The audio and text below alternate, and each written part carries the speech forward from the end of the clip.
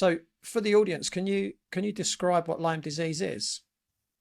Certainly, certainly. Lyme disease was first diagnosed in Lyme, Connecticut. Literally, the name of the town is Lyme, Connecticut. And they started noticing people with tick bites, and correlating that to them feeling very, very ill. And ticks, when they bite you, can inject parasites and bacteria, and they can give you upwards of 20 different diseases. I think it's 20. Don't quote me on that.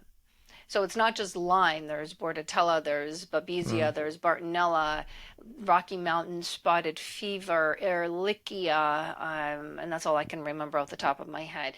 I had four of them when I was finally diagnosed and found out that what was happening is I was tired. I'm an athlete, and I was tired all the time. Tired, tired, tired.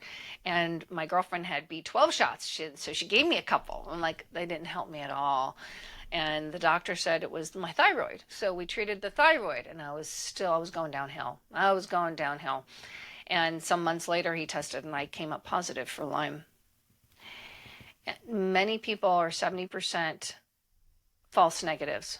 So the Lyme test will come up as negative and you Hmm. still have Lyme. So it's a real tough disease to diagnose and also to get rid of, because you have to know what they're called are co-infections to Lyme, whether it's the Babesia or Ehrlichia, or they're called co-infections, and you need a Lyme literate doctor. You need a Lyme literate doctor.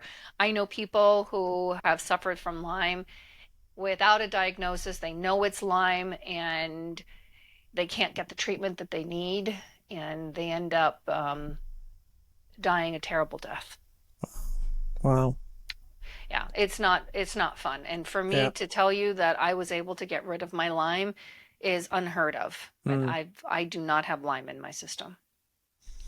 So what age was it you was diagnosed, and what age do you think you actually contracted it?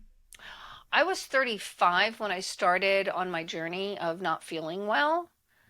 And I'm pretty sure that I had Lyme in my teenage years. Wow. Can't tell you the exact year, but I can tell you that a lot of my symptoms, I'm like, oh my gosh, that was from the Lyme. And I've been like that since I was a kid. And I'll tell you one of the symptoms, and it's kind of wackadoodle, but it's like you feel like you're floating. You feel high, and you feel, yeah, like you're floating, and you're very distant. And it's really an odd feeling.